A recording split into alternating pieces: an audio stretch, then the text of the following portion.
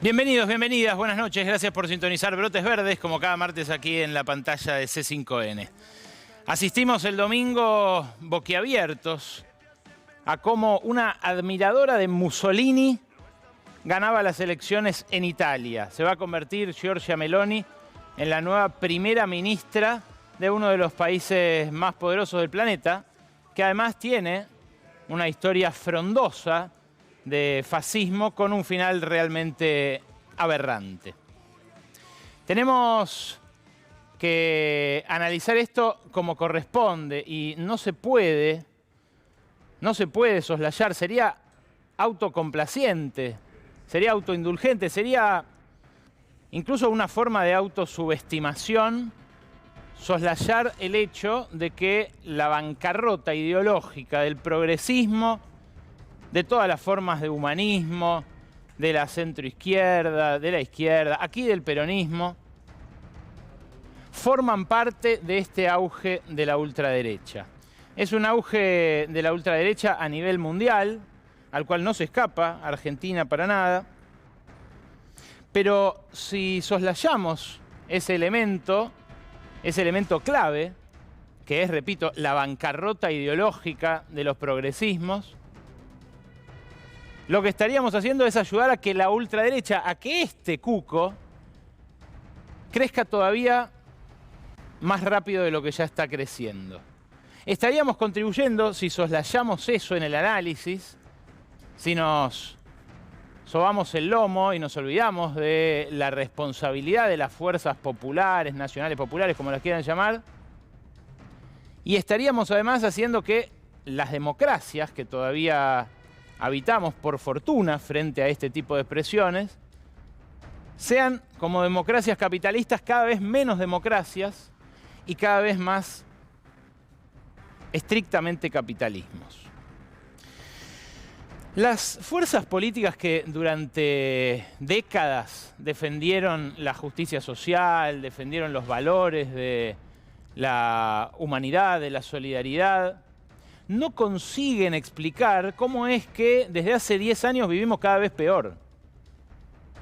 La crisis financiera internacional que estalló en 2008 en Estados Unidos, que después se trasladó a Europa y que desde entonces viene meta a castigar el salario, empobrecer la vida, hacer que trabajemos cada vez más, cada vez peor, cada vez más precariamente y cada vez por menos plata, son fuerzas que no se pueden explicar, que no se consiguen explicar desde un progresismo a la defensiva.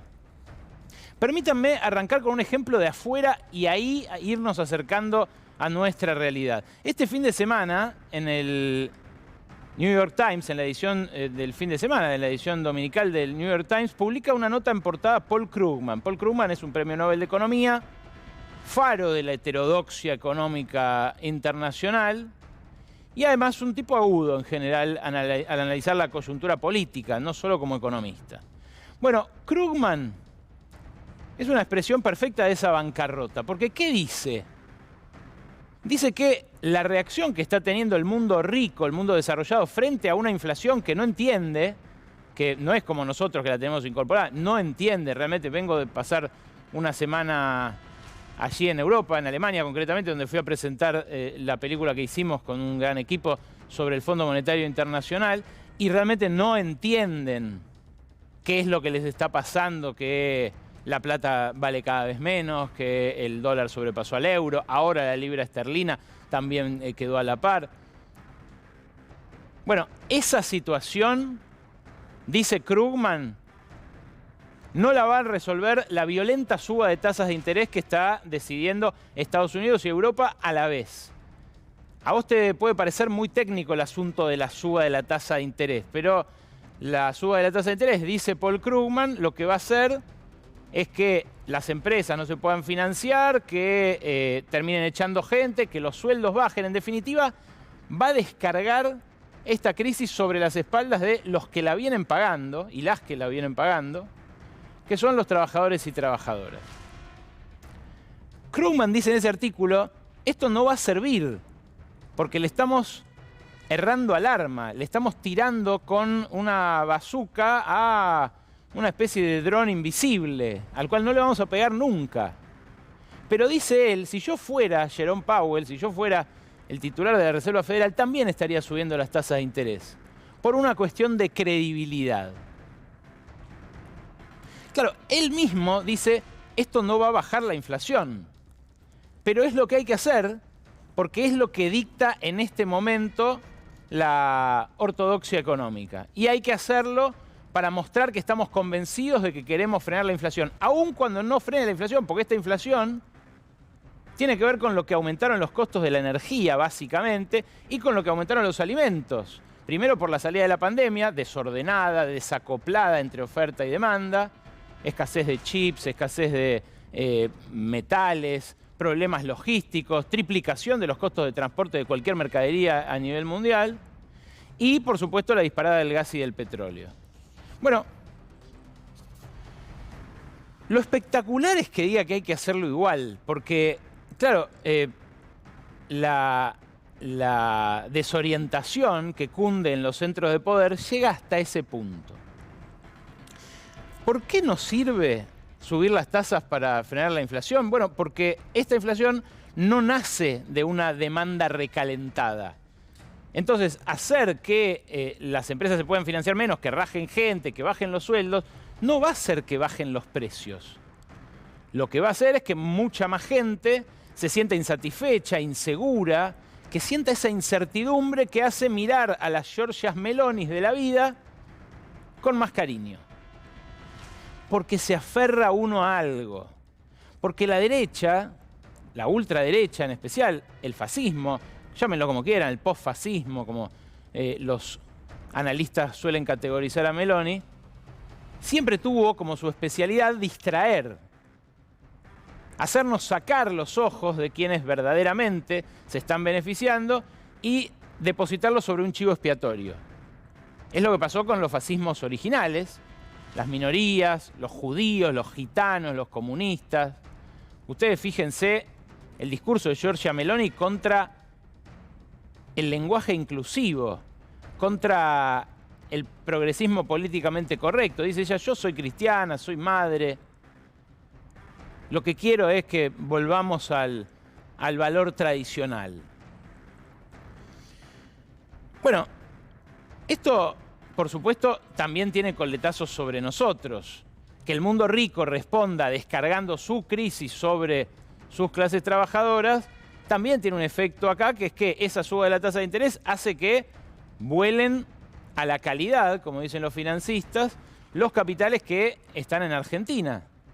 Esto es algo que ya viene pasando acá, al calor de la crisis financiera, y que en estos últimos 2-3 días se viene dando como loco. El vuelo a la calidad hizo que el riesgo país nuestro volviera a superar los 2.600 puntos, que las acciones caigan estrepitosamente, que el dólar blue haya vuelto a subir. La semana pasada subió a un récord que no había tocado en todo septiembre, mientras el ministro de Economía, Sergio Massa, cantaba victoria porque ya le liquidaron más de 6.000 millones de dólares de los 5.000 que él se había propuesto que le liquidaran los ojeros con una concesión muy costosa, que ahora vamos a ver cuánto le costó, cuánto nos costó en términos de inflación. Bueno, el dólar paralelo en todas sus versiones volvió a subir. Hoy subió 8 mangos, redondea 20 de aumento con la suba de la semana pasada y la guerra repercute por todos lados. Europa, como les decía, se prepara para un invierno durísimo. Vi como pocas veces creí que lo iba a ver, vidrieras de los shoppings apagadas, monumentos públicos apagados, calderas de edificios que no se prendieron porque están esperando octubre, aunque la semana pasada hizo 8 grados en Berlín. Y acá, este fin de semana que viene, va a subir la nafta. La nafta y el gasoil, cerca de 10%. Hay una discusión que está pendiente y que se va a dar subterráneamente durante todo el resto de esta semana, mientras discuten qué hacer con el dólar Qatar, tratar de evitar que sea una ganga, justamente gastar con tarjeta en el exterior y que así terminen de vaciar las reservas del Banco Central. Lo otro que están discutiendo es cómo sube la nafta y el gasoil este fin de semana. A mí me dicen que va a ser entre el 10 y el 11%, porque por un lado hay un impuesto que se vuelve a computar, pero por otro lado las petroleras dicen, che, están devaluando al 6% mensual, la inflación es del 7%. Nosotros no nos podemos quedar atrás. Claro, el problema de conceder es que después todos piden, ¿no? Lo que pasó con los ojeros que cobraron 200 por cada dólar que liquidaron y que después fueron a comprar a 300, haciendo subir el dólar paralelo y mostrando que no le tienen ninguna confianza al plan de Massa, por más que les haya sido tan provechoso durante septiembre. Bueno, augura más inflación.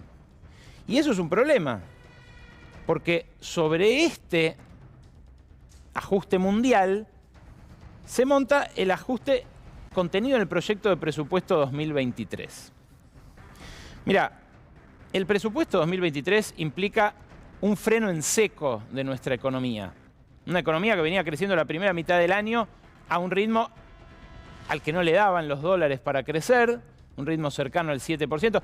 Ya en julio muestra una desaceleración muy fuerte y después, con las restricciones para la compra de insumos, con la suba violenta también de la tasa de interés y con la inflación, que también es recesiva, bueno, se va a dar esa especie de freno de mano. ¿Dónde se puede ver hasta qué punto este que viene es un presupuesto de ajuste? En un par de datitos, nada más que seleccioné para compartir con ustedes. Primero, ¿qué es el gasto del Estado en relación a la economía? El gasto del Estado en relación a la economía es la potencia que tiene el Estado para intervenir sobre una puja distributiva que está completamente desatada. Bueno, ahora van a ver en esta primera placa cómo el Estado acepta retroceder con este presupuesto de ajuste. Fíjense, en 2015 el gasto del sector público nacional sobre el PBI era del 24%. Ese era el tamaño del Estado y el tamaño de su potencia para rebalancear una balanza que en el capitalismo contemporáneo tiende a concentrar todo el ingreso en los dueños del capital. Fíjate cómo durante el gobierno de Macri, primero con un ajuste voluntario en 2016 y 2017, cae a cerca del 20% y luego con el desbarranque termina por debajo del 19%. Claro, eso creció muchísimo nuevamente a caballo de la pandemia. El Estado tuvo que hacerse cargo, por ejemplo, de pagarle los sueldos a las empresas que ya no podían hacerlo para que sostuvieran sus empleos. Y en 2021, como arrastre, bajó, pero siguió por encima del 20%. Bueno, lo que está pasando este año es que bajó al 20% y que el año que viene, según la promesa del ministro de Economía, va a caer de vuelta por debajo del 19%. Fíjate, el Estado se resigna a reducirse al tamaño que tenía en el momento en el que Macri vio desbarrancar su modelo económico. Esto es lo que dice el presupuesto que festeja Cristalina Georgieva, como ustedes veían en el clip inicial de los que preparan Nahuel Prado.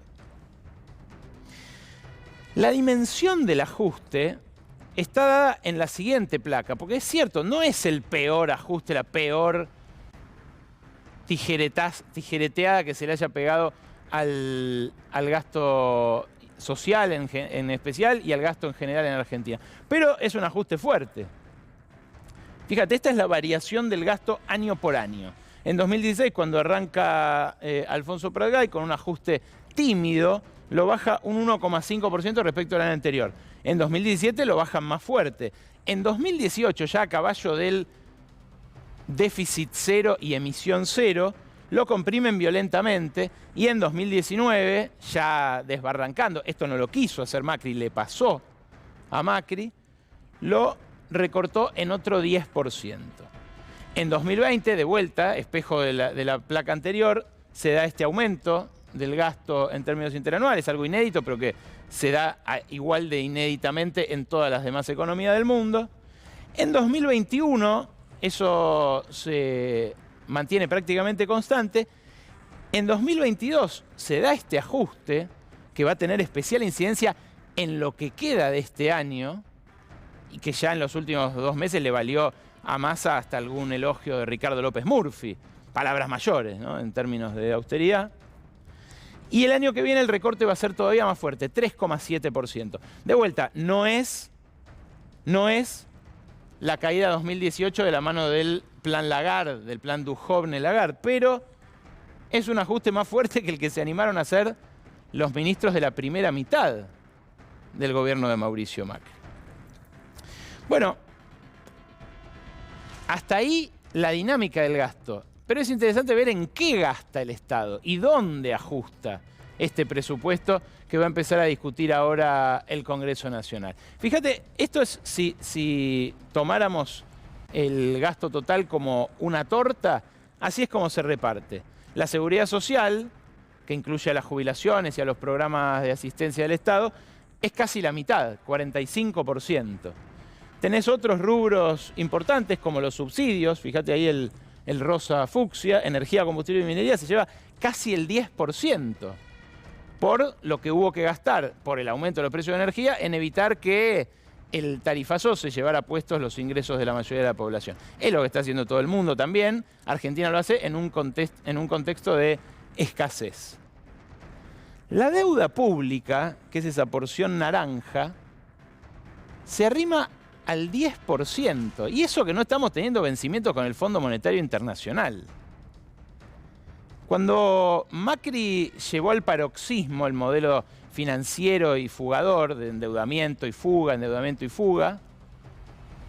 llegó a un poquito por encima del 15%, pero fue por un momento, nada más. Insisto, ahora no le estamos pagando al Fondo Monetario. Fíjate, si esta es la distribución del gasto, cuáles son los que aumentan y cuáles son los que bajan en la siguiente placa. Porque esto sí que es realmente revelador. Vas a ver cómo cada uno de estos rubros aumenta o disminuye, este es el análisis por finalidad-función, en base a un trabajo, una primera aproximación que hizo Pablo Manzanelli para CIFRA, el Centro de Investigación e Información de la República Argentina, que funciona bajo la CTA de Hugo Yasky, el mismo Hugo Yasky que fue a la Embajada de Estados Unidos, o sacarse una foto con el embajador. Nada de izquierda radical, que ahora vamos a eso también.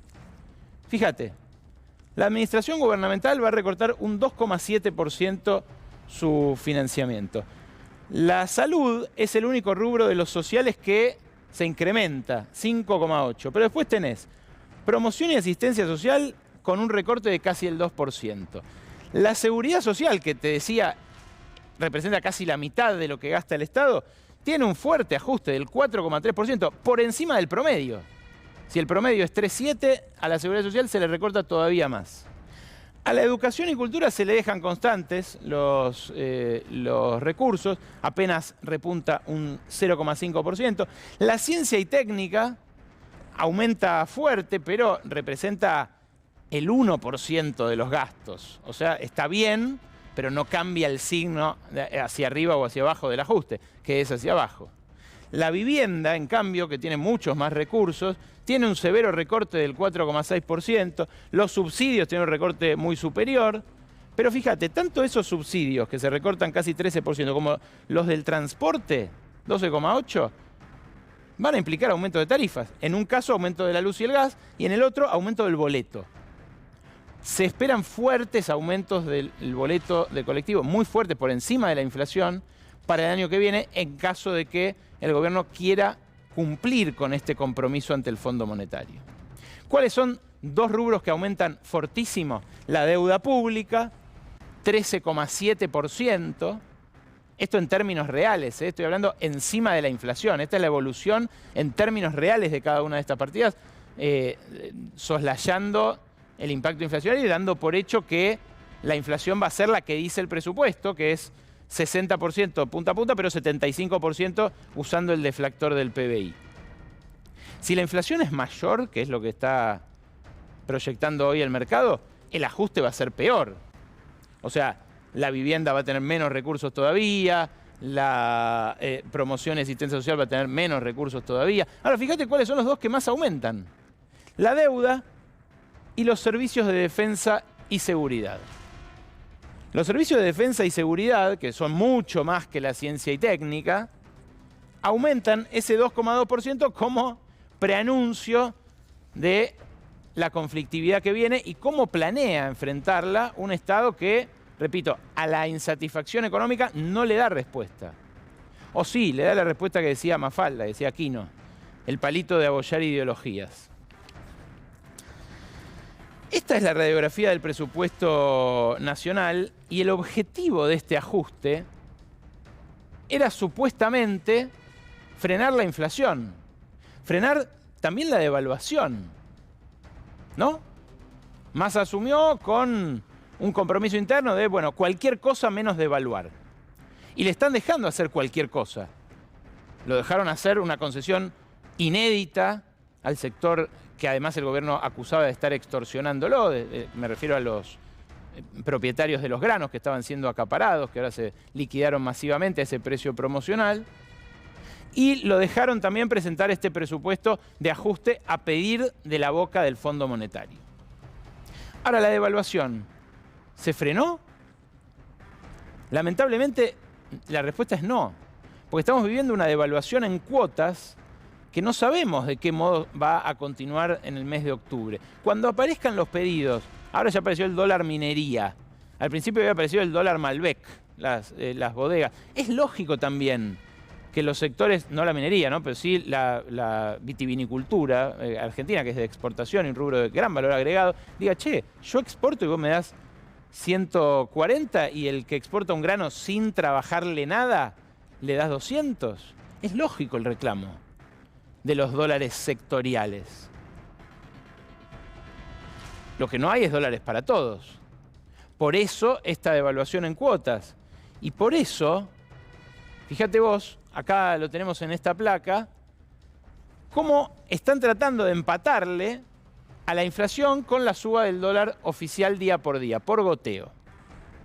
Acá tenés la inflación, la devaluación diaria y la devaluación acumulada de los 30 días anteriores mensualizada. Estábamos a un ritmo por debajo del 4% en abril de este año. Eso superó con amplitud el 5% y llegó a cerca del 8% a principios de la gestión de Massa en septiembre. Bueno, a finales de agosto. Después bajó un poquito, pero fíjate dónde está. 6,3% es el promedio de los últimos 30 días mensualizado. O sea que está habiendo una devaluación, además de la que tuvieron los ojeros de golpe, está habiendo una devaluación en cuotas importante. Y esta es la cara amarga del dólar soja, porque lo explicábamos en el pizarrón cuando apareció la medida. El Banco Central tuvo que emitir un montón de pesos para pagarles esos 200 pesos por dólar a los exportadores de soja. Ellos se fueron a comprar dólares a 300 después, que se armó toda la discusión, peleándose el ministro de Economía con el presidente del Banco Central. ¿Cómo puede ser que no los dejen comprar esos dólares a 300?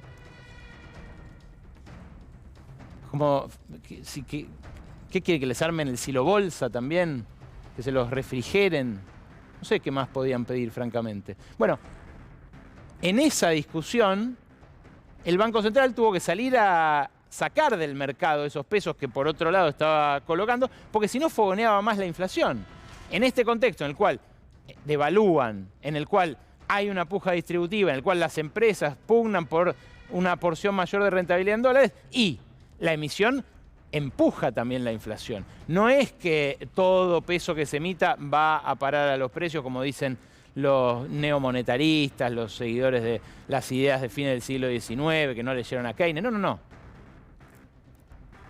Colabora con una tendencia que ya existe.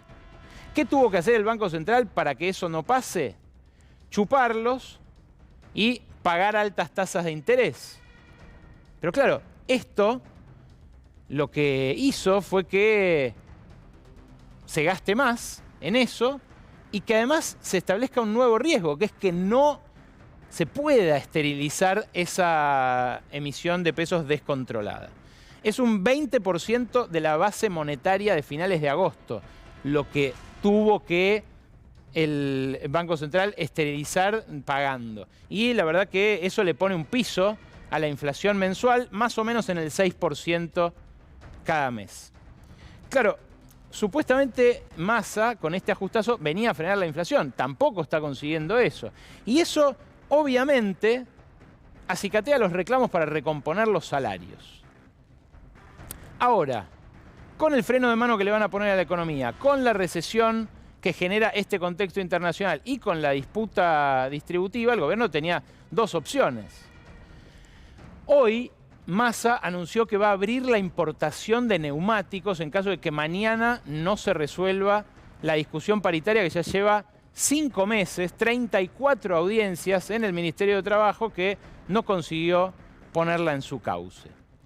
Fíjate, importar algo que se fabrica en Argentina en un momento en el que no hay dólares, con tal de disciplinar a un sector que se muestra díscolo dentro de una CGT que hasta ahora aceptó muy pasivamente que nos rebanaran una cuarta parte de nuestros salarios con Macri y que eso se cristalizara con este gobierno. Bueno, con tal de disciplinarlos, hasta los últimos dólares del Banco Central está dispuesto a ceder el gobierno.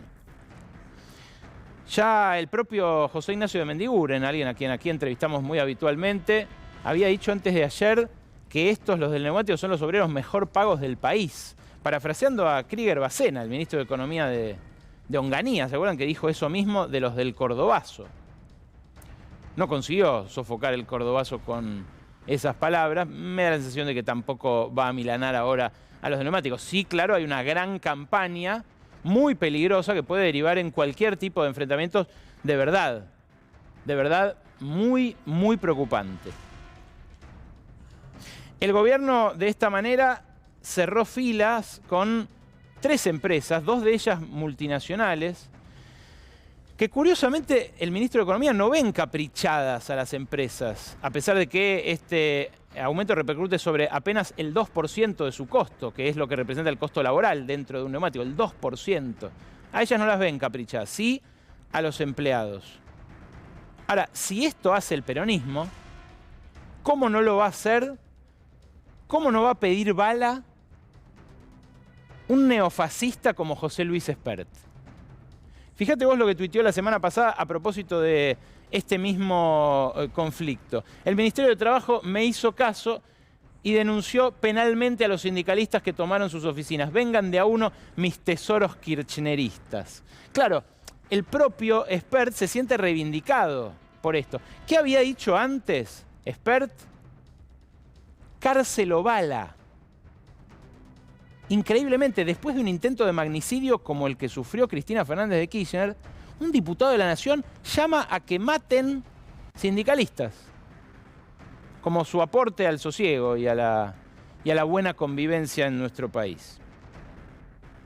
Después, cuando la Secretaría de Derechos Humanos lo denunció a Espert, porque dijo, che, no se puede andar pidiendo que maten a un delegado, por más que pida que su aumento salarial esté por encima de la inflación, Espert dobló la apuesta y tuiteó esto: basta del curro de los derechos humanos, con un videíto suyo burlándose de una muestra en la ESMA que no hacía más que reproducir el contenido económico de la última dictadura y contar, bueno, que allá justamente se impuso un modelo a sangre y fuego. Fíjate lo que decía Espert en el videíto. Yo soy liberal y detesto la tortura, el robo de bebés, el golpe de Estado, los vuelos de la muerte. Soy liberal, pero también detesto la mentira. No fueron 30.000. El liberalismo ha sido el gran generador de derechos y de prosperidad en el mundo. No tiene nada que ver con esto. Nada. Bueno, esto es la ultraderecha. Uno podría decir hay una derecha más moderada. Ponele. Joaquín de la Torre, un hombre de muchísimo diálogo con María Eugenia Vidal, que además es confidente del propio Mauricio Macri, reivindicó abiertamente a Giorgia Meloni. Puso en su cuenta de Twitter: cuando todo lo que nos identifica está siendo atacado, triunfó la esperanza en Italia. Una mujer ultra convencida, ultra metió. Con las ideas claras y coraje hay futuro. Y fíjate el video que reproduce este hombre, repito, de la plana mayor del macrismo. Y a la familia natural, no a los lobbies LGBT. Sí a la identidad sexual, no a la ideología de género. Sí a la cultura de la vida, no al abismo de la muerte. Sí a la universalidad de la cruz, no a la violencia islamista. Sí a fronteras seguras, no a la inmigración masiva. Sí al trabajo de nuestros ciudadanos, no a las grandes finanzas internacionales. Sí a la soberanía de los pueblos, no a los burócratas de Bruselas. Y sí a nuestra civilización. Lamentablemente no es solo la oposición, es, como digo, también el oficialismo el que contribuye al crecimiento de este tipo de relatos siguiendo el libreto del Fondo Monetario Internacional. Lo vamos a discutir hoy con dos analistas realmente que vale la pena escuchar. Está Fernando Rosso, está Julio Burdman, está también nuestra compañera Gaby Vulcano, que va a incorporar información de último momento respecto del encuentro con el que muchos especularon entre Cristina y Macri. Pero el gobierno no solo sigue el libreto del Fondo Monetario, sino que también cierra filas con empresarios como Javier Madanes Quintanilla, el dueño de FATE, una de estas tres empresas del neumático que demonizó el reclamo de sus empleados después de haberlo dormido durante estos últimos 5 meses. Fíjate con quién cierra filas el gobierno hoy con esta amenaza de importar neumáticos. Porque Javier Madanes Quintanilla es parte de un clan, una familia muy tradicional. Él figura él mismo como uno de los hombres más ricos de la Argentina, en el puesto número 18. Entre los millonarios de la lista Forbes. Pero Javier Madanes Quintanilla es un hombre que tiene su fortuna en parte en empresas offshore que utiliza para eludir el pago de impuestos en Argentina. Claro, pedir bala para un tipo como Spert es gratis. Pero también contribuye con esto a haber cerrado filas con un empresario que, fíjate lo que decía La Nación en 2013. Millonarios con un imperio offshore. Esto fue la primera revelación en los Offshore Leaks. Aparecieron todos esos entramados offshore en las Islas Cook, Bahamas, Islas Vírgenes, Panamá, conexiones con cuentas en Suiza. Claro, al principio Javier Madanes Quintanilla decía, no, son mis primos, es el resto de la familia. Bueno, después apareció en la lista de los que blanquearon dinero negro por cerca de 80 millones de dólares, según Horacio Berbisky, y este año apareció en la última de estas revelaciones de entramados offshore, ya directamente él en persona, como beneficiario final de 2 compañías en Islas Vírgenes que también se utilizan con esta misma finalidad. Defender a estos empresarios que atentan contra ese rol redistributivo del Estado, que atentan al eludir el pago de impuestos contra lo que hace el Estado para contrabalancear esta tendencia mundial del capitalismo, es cercenarse la propia mano para alguien que trabaja en el Estado, que busca torcer eso. Y la verdad, a los gremios que se sumaron hoy a la presión contra los obreros del neumático se les va a volver en contra, muy probablemente. Porque si pierden ellos, después van a perder otros en esta misma escalada. Y si crece Milei, como resultado de la insatisfacción que surja después, el Frente de Todos no se va a poder hacer el distraído. Porque como dijimos muchas veces acá, peor que perder una elección es perder el rumbo. Buenas noches, así arrancamos.